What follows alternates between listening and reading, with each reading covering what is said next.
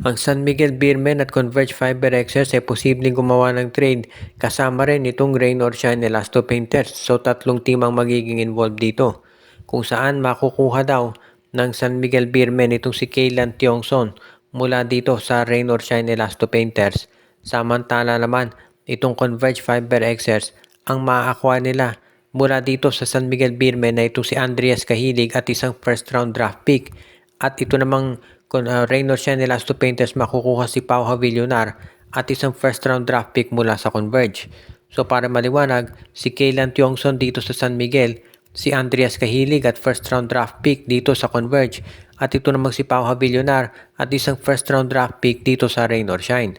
So nagpalitan sila ng mga power forward dito. Sa panig ng SMB, ang laking upgrade nitong si Kaylan Tiongson kumpara dito kay Andreas Kahilig. Mas mahusay nga sa 3-point shooting si Kahilig pero mas malakas sa rebounding si Tiongson at malaki may tulong yan dito sa San Miguel. Lalo na at naghahanap sila no pwede pang maging ka-assist o katulong ni Jorman Fajardo pagdating sa rebounding para hindi naman masyado itong napapagod kaagad-agad. At itong si Kaylan Tiongson magaling din yan sa opensa kaya mas maganda talaga na makuha na to ng San Miguel Beer sa lalo't madaling panahon. Kaya nasisiguro natin na itong trade na to ay pupursigihin ni Coach Leo Austria at ng team management para matuloy na.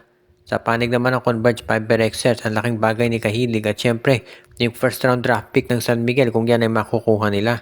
Kaya hindi natin matatawaran talaga dito yung pagiging mahusay sa pagmamanage nitong si Delta Pineda nung kanyang mga tauhan. At kapag nakuha niya si Kahilig, sigurado na magiging maganda rin ang itatakbo ng laro nitong Converge Fiber Xers dahil syempre si Kahilig naman sanay yan na maging role player sa kahit saan pa mang team na maglaro ito. Ngayon naman, ang isa pang team daw na gumagawa ng matinding sabihin na nating mga transactions ngayon ay itong Terra Firma Jeep. Ang balita mukhang gagawa daw ng move ang Terra Firma para i-trade itong kanilang big man na si Kay Marcarino at itong si Luis Anggalang at baka mapunta yan dito sa Barangay Ginebra o kaya sa Magnolia. Posible rin na ibigay yan sa independent team kung maganda magiging offer. Ang maliwanag dito, itong Terra Firma ay hindi pa tapos dito sa pagbabalasa ng kanilang lineup.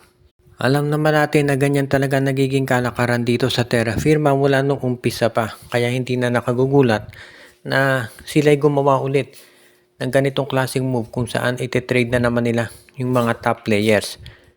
Sa totoo lang, wala nang namaninibago dyan dahil palaging ganyan na ang nagiging sitwasyon at ang magiging tanong na lamang ay kung kanino ito mapupunta. Dahil syempre kung ikaw ang Terra Firma Jeep, or rather kung yung mga team na gustong kumuha ng player mula dito sa Terra Firma, alam mo na marami kang pwedeng ma-acquire dyan.